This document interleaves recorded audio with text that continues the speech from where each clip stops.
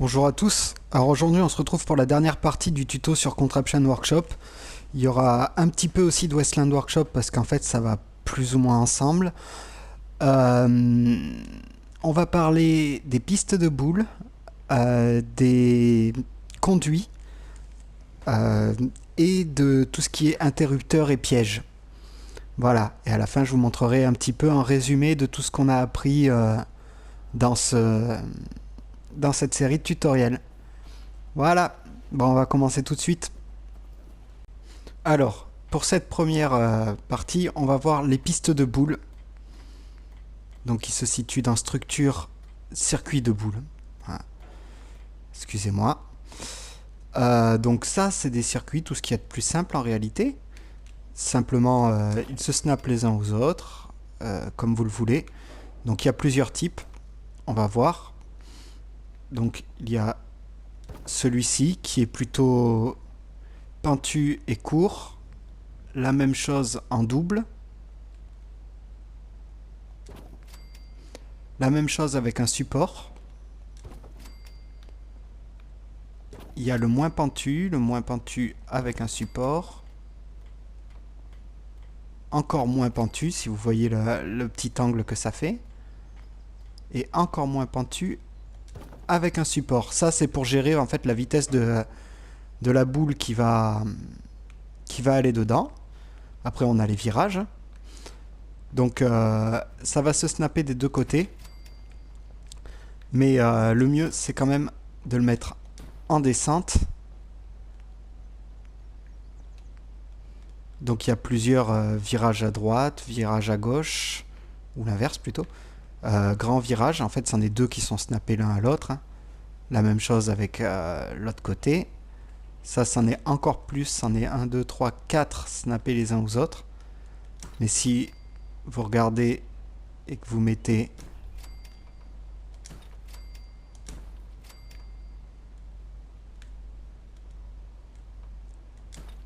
voilà, vous obtenez la même chose. C'est simplement pour gagner de la place.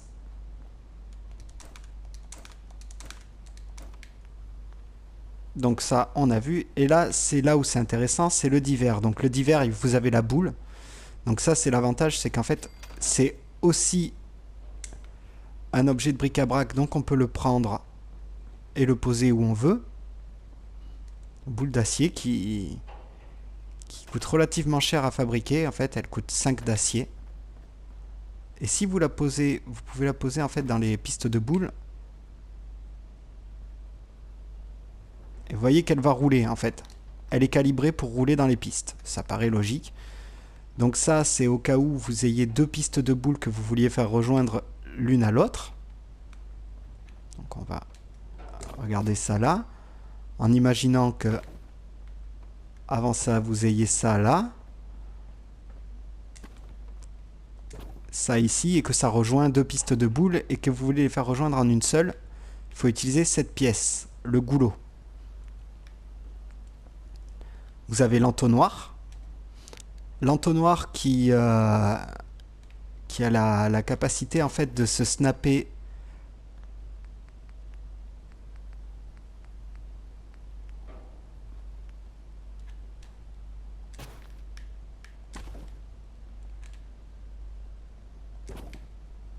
donc attendez, il faut lui laisser la place quand même à tout ce qui est tapis roulant. Donc en fait vous pouvez faire fabriquer la boule par parce qu'à où elle se fabrique par l'atelier de fabrication et elle va rouler là, et là après vous pouvez mettre votre enfin évidemment il faut que ça se snap, mais votre rampe et commencer votre circuit de boule de cette façon. Donc on continue ça. Ici on a l'entonnoir, donc l'entonnoir qui fonctionne comme un sol, et en fait avec le trou qu'il a à l'intérieur, voilà, je vais le construire. Avec le trou qu'il a à l'intérieur, en fait, ça laisse passer une boule. Donc elle va tomber précisément là où vous voulez qu'elle tombe. La même chose avec une piste de boule en dessous. Ce qui fait que vous pouvez continuer en fait votre...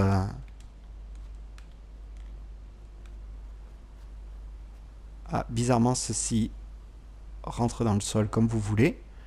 Mais bon, en gros, le principe, c'est ça. C'est que la boule va tomber et va être récupérée par la piste de boule en dessous. Vous pouvez snapper encore d'autres choses.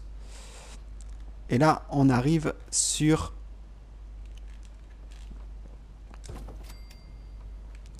les choses un peu plus complexes. Donc, laissez-moi allumer la lumière qu'on le voit mieux. Là, vous voyez, il y a une barrière qui bloque. Et en fait, cette barrière va bloquer la boule. Ça va se snapper, en fait, pour que ça tombe au bon endroit.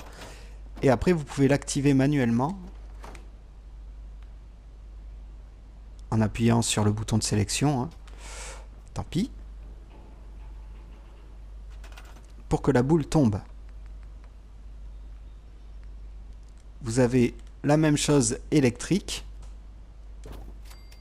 Donc là, on va voir si on a assez de matériaux pour ça. On va construire un générateur et un interrupteur. Ce sera plus simple à comprendre.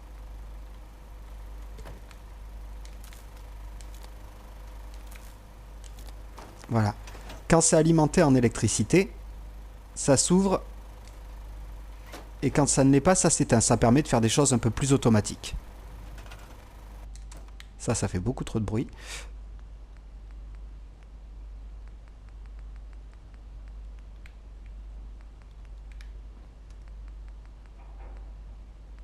Donc ça, c'est juste des supports. Après, beaucoup de gens s'en servent pour des décorations, mais en fait, ça se snap ici.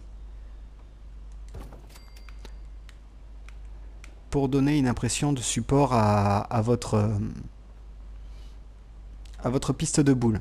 Après, on peut s'en servir pour faire un petit portail, par exemple. Vous en mettez deux. Vous mettez votre portail au milieu. Au-dessus des choses à supporter, ça rend pas mal. Un petit peu d'imagination. Ça, en fait, c'est l'inverse de celui-ci. C'est-à-dire qu'en fait, là, vous allez avoir qu'une seule piste de boule et vous allez pouvoir choisir où est-ce qu'elle va. Donc en fait, c'est tout bête. Je vais encore avoir besoin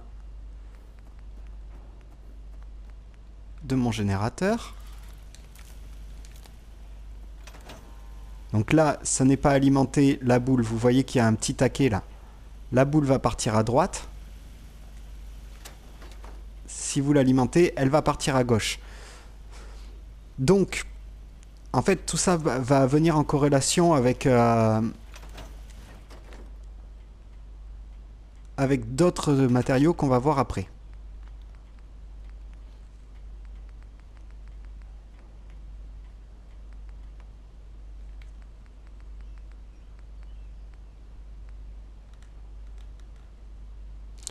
Ça, en fait, c'est un interrupteur. Allume ou éteint le courant à chaque fois qu'il est touché. Et là, par exemple, si vous voulez... On va devoir déplacer ça un petit peu pour que ça se snap.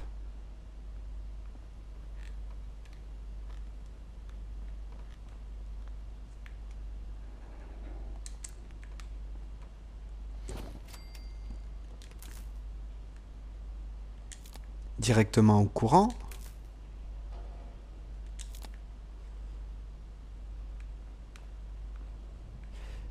Et on va s'amuser un petit peu parce que quand même le principe c'est de s'amuser.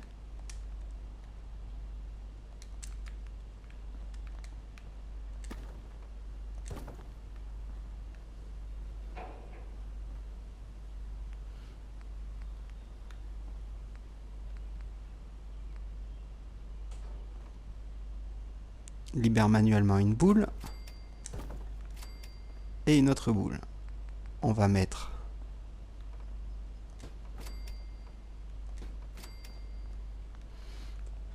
voilà. Et donc, nous, ce qui nous intéresse, hein, c'est celle-ci, là, l'interrupteur. Qui, en fait, vous voyez, quand elle est alimentée, s'allume en rouge. Et donc en fait, quand une boule passe,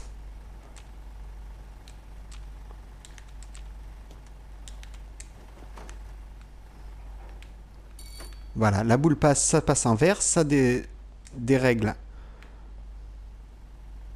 ce petit taquet. Et donc quand la deuxième va passer, à l'inverse, ça va désactiver l'électricité et donc remettre le taquet en place. Donc, voilà, en fait ça permet, après c'est surtout une question d'imagination, je sais que beaucoup d'entre vous ne vont pas être à fond là-dedans, ça c'est clair. Et je le comprends tout à fait. Et donc la dernière, donc celle-ci, en fait elle fait un tout petit... c'est là. Toute petite impulsion électrique.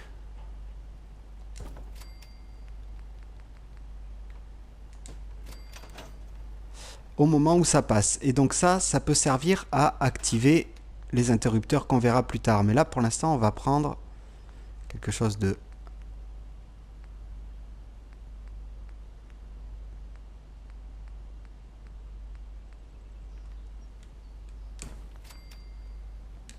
un canon à feu d'artifice. Parce que ça a besoin d'être... Est-ce que j'ai des feux d'artifice sur moi? Non. Donc je reviens, je vais fabriquer des feux d'artifice. Donc voilà, j'ai mon feu d'artifice. Donc j'appuie sur carré pour le stocker à l'intérieur.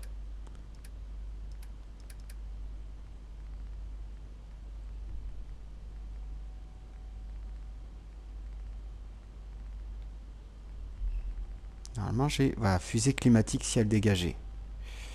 Je vais en mettre qu'une seule. Donc comme vous voyez, il est alimenté à l'électricité en fait. Donc il s'allume en rouge pour dire que l'électricité ne passe pas. Et vous allez voir que si j'active ça, au moment où elle passe, voilà, ça passe en vert un bref instant pour envoyer notre feu d'artifice qui là fait que la météo est belle, mais bon, elle l'était déjà. Donc voilà, et donc avec tout ça, petit à petit, vous pouvez arriver à faire une piste de boules bien sympa si jamais vous voulez faire quelque chose. Mais j'en parlerai à la fin de la vidéo. Donc pour les interrupteurs, on va voir, donc là il y a le pylône électrique tout simplement, on le branche, il permet d'amener les fils un peu plus loin et de transmettre un peu. Le pylône électrique grand, la même chose. Les conduites électriques qui font exactement la même chose. L'interrupteur, on l'active, on le désactive. C'est simple à comprendre. Un deuxième interrupteur. Un interrupteur mural. Donc qui se met sur un mur, comme ici par exemple. Voilà. Le même principe. Hein. Donc là, il y a la plaque de pression. Donc la plaque de pression, en fait, on va se servir de cette lumière qui s'activera à chaque fois qu'elle recevra de l'électricité. La plaque de pression, ça se dit ce que ça fait, on marche dessus, ça transmet l'électricité. Ça marche aussi avec du bric-à-brac qui tombe dessus. Boîte à sandwich Nuka-Cola.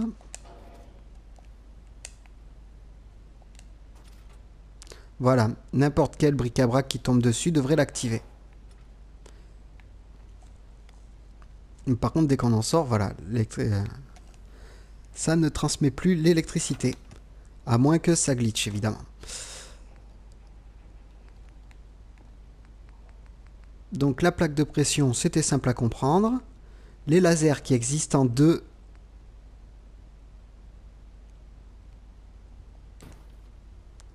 longueurs différentes.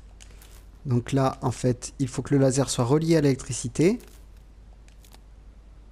Et donc à ce qu'on veut activer. Tout simplement, on passe devant, on active le laser, ça allume la lumière. Pour le remettre à 0, par contre, il faut le mettre à la main.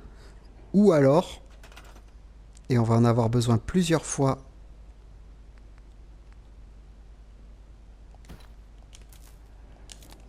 mettre un terminal qui a aussi besoin d'être relié à l'électricité. Commande de détecteur optique.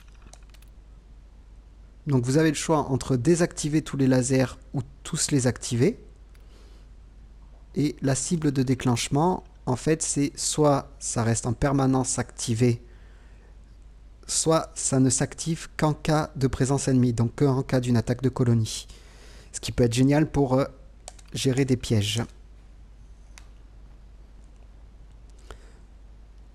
Donc voilà pour les lasers. Concrètement, leurs différentes tailles correspondent aux différentes tailles de sol qu'on a, qui sont le demi-sol et le sol entier. Ensuite, on a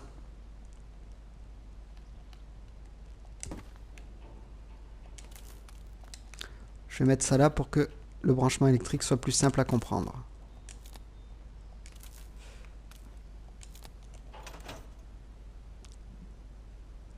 Voilà.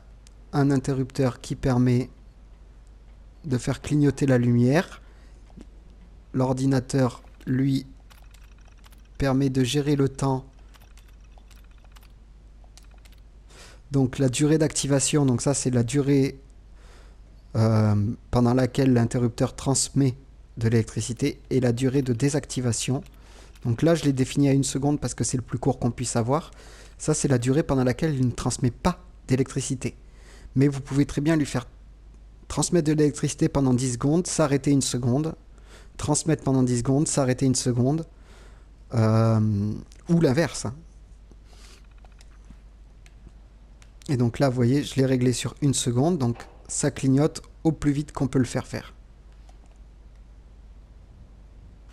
Donc ça, c'est à vous de voir ce que vous voulez en faire, mais vous en avez la possibilité.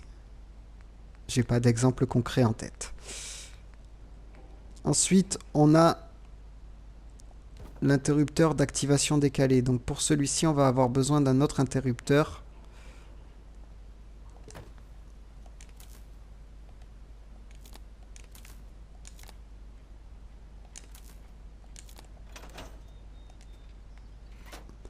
Donc, quand on allume, quand il reçoit l'électricité, il va prendre un certain temps avant de la transmettre. Voilà. Vous voyez, il ne l'a pas transmise directement. Par contre, on peut... Commande d'interrupteur. En fait, l'interrupteur, si vous le branchez à un terminal, vous pouvez l'activer ou le désactiver à distance. Commande d'interrupteur de décalage. Voilà, vous pouvez régler le temps qu'il décale. Ça va de 10 secondes à 1/8 de seconde. Ça peut être très pratique. J'ai une deuxième vidéo qui sortira où vous verrez pas mal d'utilisation de pas mal de ces choses-là. Excusez-moi.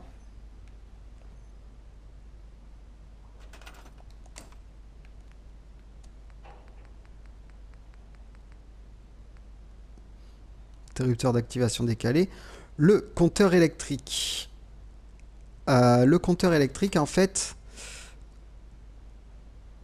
va nécessiter d'être activé plusieurs fois. Vous voyez, ça va, à chaque fois qu'il va recevoir de l'électricité, il va tourner une fois. Par contre, il faut que ce soit des petites impulsions électriques. Et au bout d'un moment, il va transmettre l'électricité. Donc, de base, c'est réglé sur 10 fois. Là, vous voyez, il ne transmet pas.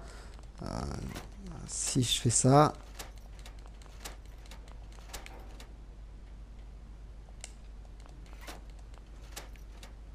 « 8, 9,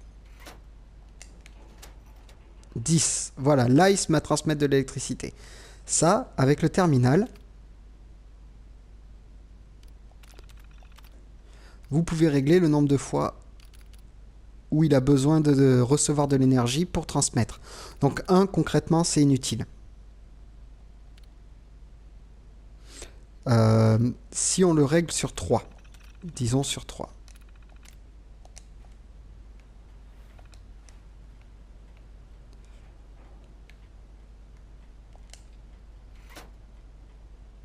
Voilà. 1. 2, il ne transmet toujours pas. 3. Voilà, il reviendra à 0. Tout seul. Donc ça peut vous permettre en fait de régler, genre, je veux que il y ait 3 interrupteurs qui allument ma maison, je règle ça sur 3. Il faut que les 3 interrupteurs soient allumés pour que la porte de ma maison s'ouvre. Par exemple.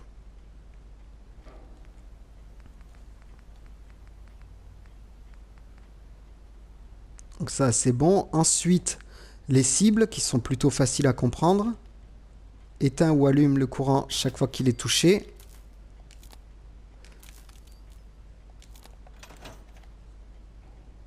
Donc, c'est mieux avec une arme. Donc, on le touche. Ça allume. On le retouche, ça éteint. Ça peut être activé aussi par un objet lancé dessus.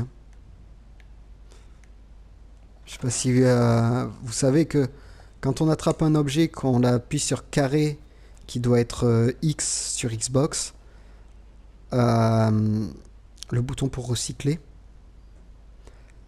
vous lancez un objet. Voilà, ça marche aussi comme ça.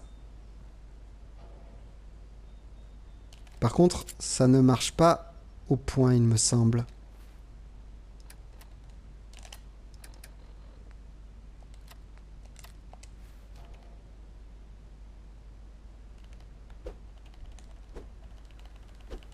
Non. Et donc celui-ci continue de transmettre de l'électricité. Mais il y a aussi la version qui transmet juste un bip. Et qui a servi à pas mal de gens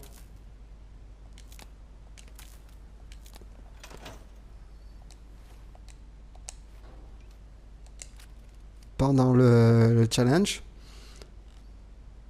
C'est que, voilà, on touche, ça active juste l'espace d'un court instant. Alors ça peut servir avec le compteur.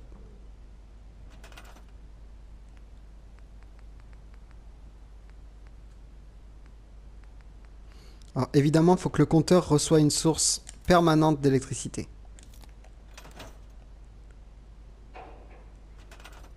Pour qu'il puisse transmettre en continu.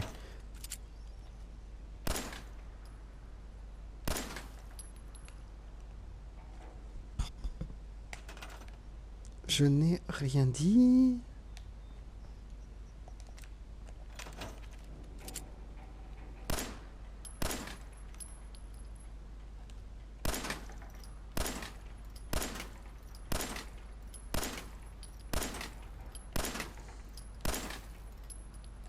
Donc là, comme il ne reçoit pas une source permanente, ça ne marche pas, évidemment.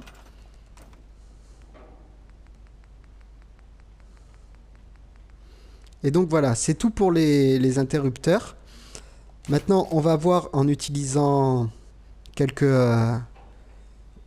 trucs que je vous ai appris, comment créer une entrée piégée pour votre colonie.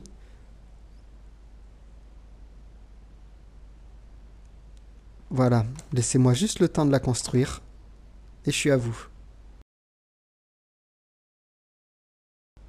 Donc oui, avant de vous montrer la fin en fait, il y a un autre morceau que je veux vous montrer, c'est tout ce qu'il y a dans divers. Donc, on va avoir besoin d'un générateur.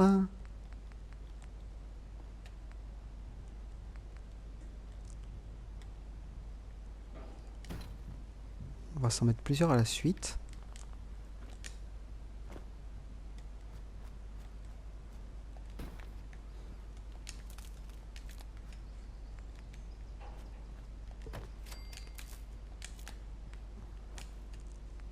Donc dans divers, bon, vous connaissez les boîtes de lumière, ça c'est Westland Workshop qui l'apporte, c'est les mêmes mais qui ne coûtent pas d'électricité. Donc ça c'est du Contraption Workshop.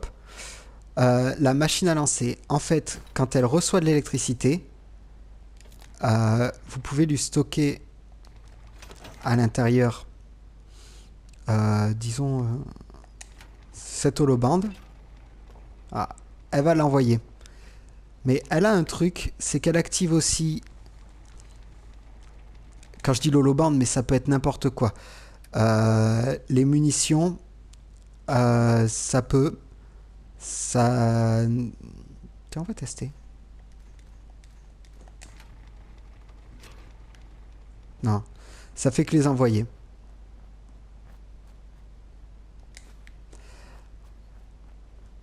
Mais bon, ça marche aussi avec les grenades. Alors, est-ce que j'ai des grenades sur moi? Non, j'ai une mine. On va tester aussi. Ouais, vous voyez, ça l'a activé. Et ça marche pareil avec les grenades. Et les feux d'artifice. Donc ça peut être un piège vachement sympa.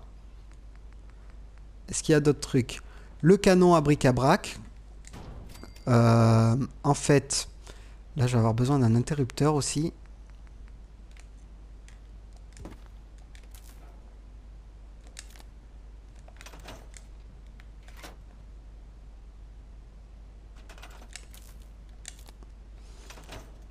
Là, il vous suffit de mettre des choses dedans.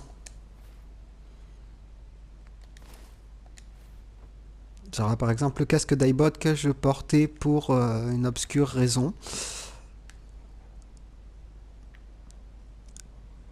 Vous pouvez en mettre plein hein, à l'intérieur, hein. Vous pouvez le remplir. Vous activez. Et ça l'envoie. Alors, j'ai essayé de m'envoyer avec ça. Ça marche pas très très bien. Par contre, j'ai essayé avec des cadavres de colons et... Non, je suis pas un psychopathe. Et de pillards, ça marche. Ça marche plutôt bien, c'est sympa. Donc, qu'est-ce qu'il nous reste à voir? Donc, les feux d'artifice, on l'a vu tout à l'heure. En fait, vous pouvez fabriquer des feux d'artifice à votre station de chimie. Et il y en a qui sont jolis, il y en a qui sont pratiques pour ceux qui font des vidéos. Ma station de chimie est ici. Donc ça, en fait, c'est mon canon en feu d'artifice préparé pour quand je fabrique les vidéos. Donc, vous avez des fusées crépitement, ce qu'ils appellent. Après, vous avez ce qu'on appelle des fusées climatiques. Ciel dégagé, pluie, tempête radioactive, qui, en fait, quand elles sont activées, changent la météo. Après, vous avez les fusées d'alerte, qui, en fait, appellent les miliciens. L'équivalent du pistolet à fusée que vous donne Preston. Et ensuite, c'est que des trucs pour faire joli.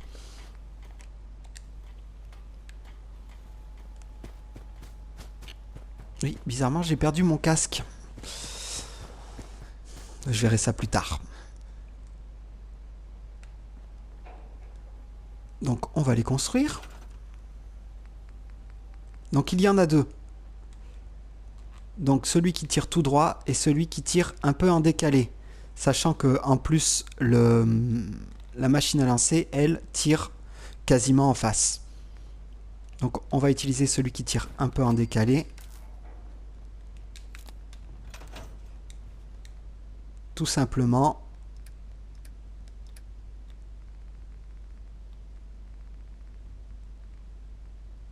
Fusée d'alerte parce qu'elle se verra mieux. Voilà, quand ça reçoit de l'électricité, ça envoie.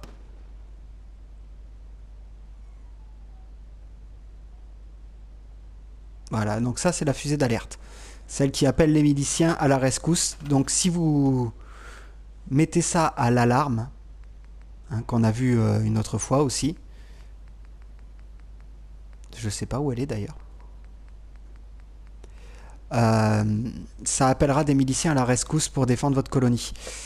Donc ça, c'est des paniers de basket interrupteurs. Donc la version avec un pied que vous pouvez poser n'importe où et la version où il vous faut la poser sur un mur.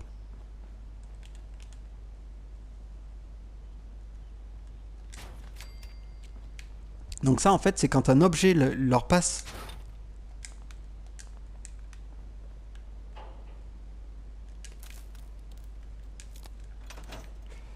leur passe dedans. Voilà. Ça envoie une petite décharge électrique. Donc si vous reliez ça à un compteur, tout ça, vous pouvez arriver à faire des choses un peu sympas.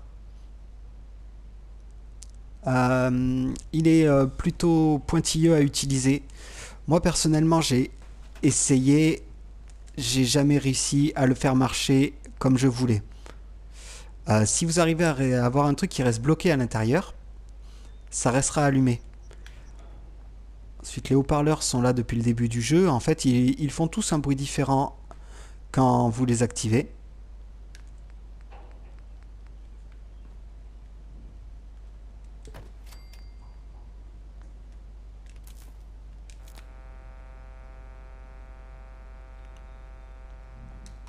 Voilà. Avec tous un son, c'est pas moi le général, moi je suis le charpentier. Les lumières de couleur, donc vous connaissez peut-être. Concrètement, ça fonctionne comme une ampoule, sauf qu'il faut la relier à l'électricité. Ah voilà, là j'ai rien pour le mettre. Il faut la relier avec un câble à l'électricité et elle peut changer de couleur. Grand tube Nixie, alors ça, c'est pas très compliqué. Vous le branchez et ça affiche un chiffre. Celui que vous voulez. Donc en fait,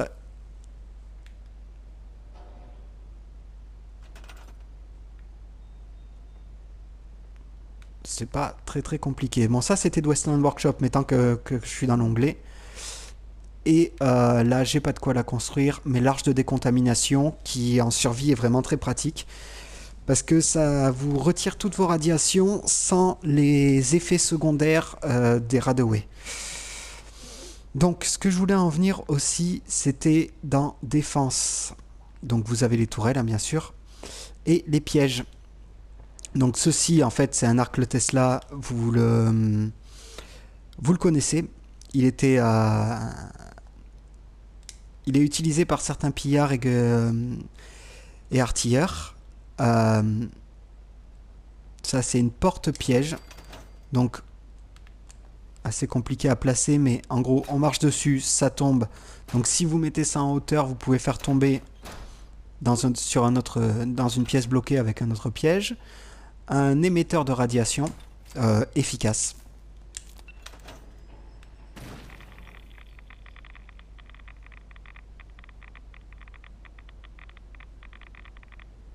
Voilà. C'est quand même quelque chose de plutôt efficace. Un lance-flamme. Donc, concrètement, c'est un lance-flamme. Vous lui mettez de l'électricité, il s'active.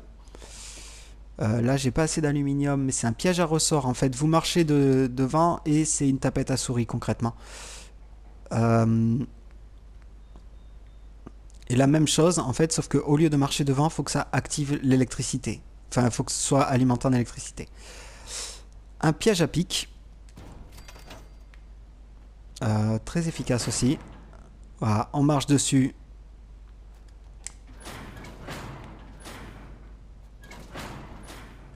On se prend du béton, de la ferraille. Un piège à scie, alors vous le verrez tout de suite après en fait.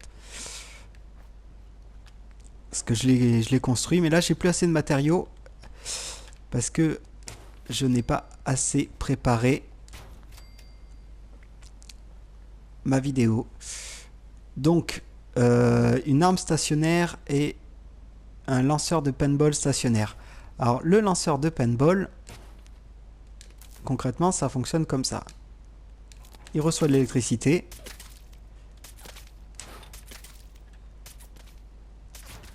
Il tire des billes de paintball. Si vous vous en prenez une, ça tombe sur vous aussi, hein. Et ça, c'est la même chose.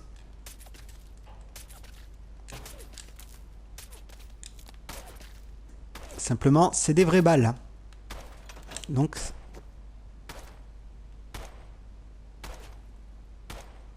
ça fait un peu mal. Voilà. Bon, j'ai pris suffisamment cher dans les dents.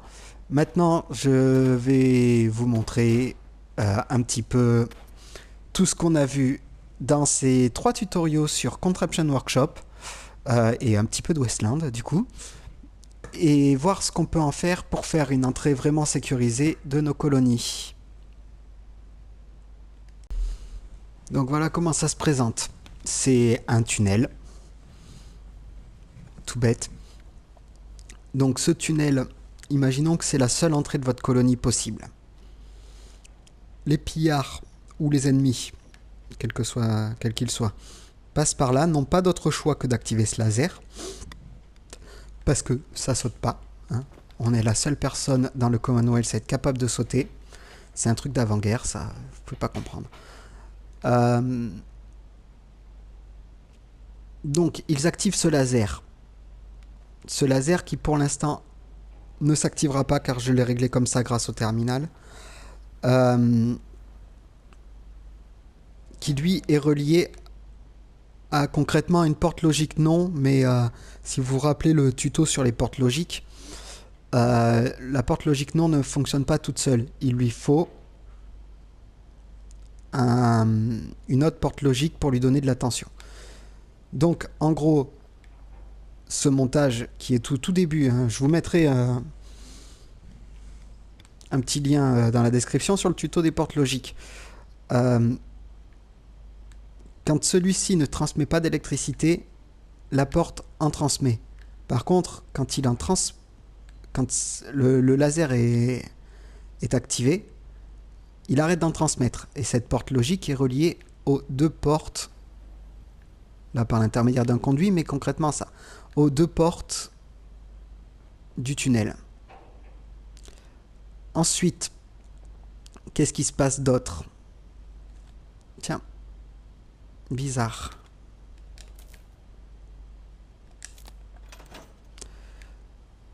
Voilà. Notre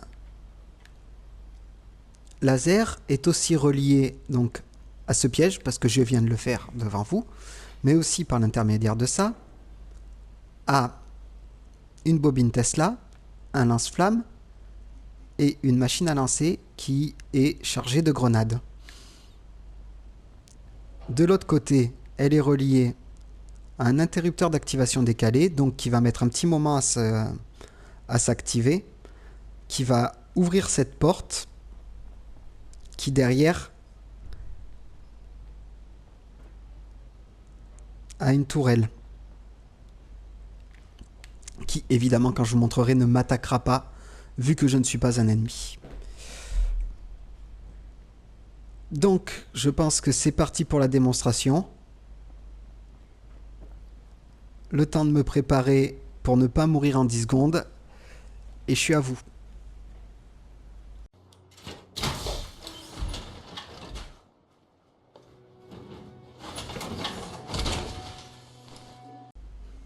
Voilà. Espérons-le, ce sera suffisant.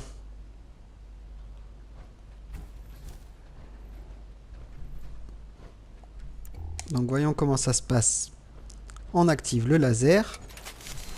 Les 2 portes se ferment. On prend des dégâts. Il y a des grenades qui se jettent. Et la tourelle. Voilà, aucun moyen de ressortir. Si on essaye de forcer la porte, on se prend des dégâts. Vous voyez que c'est bien efficace, hein. Même avec une armure assistée, j'ai perdu 60% de ma vie. Donc imaginez un pillard.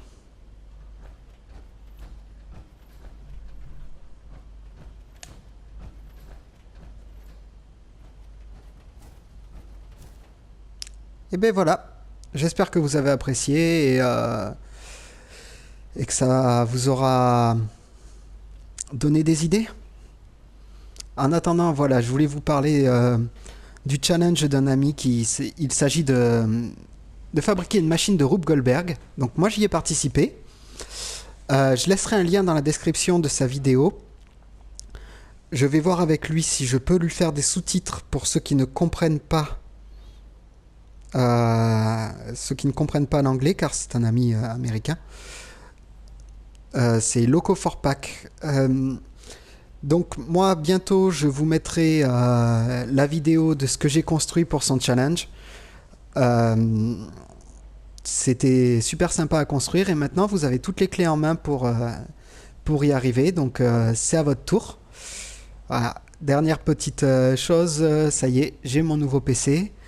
Je sais pas encore quel programme d'édition je vais utiliser, donc je cherche un programme gratuit ou vraiment pas cher. Si quelques-uns d'entre vous ont des suggestions à me faire, marquez-le dans les commentaires, j'apprécierais énormément. Et je vous dis merci encore pour tout le soutien que vous me donnez et à bientôt. Bye.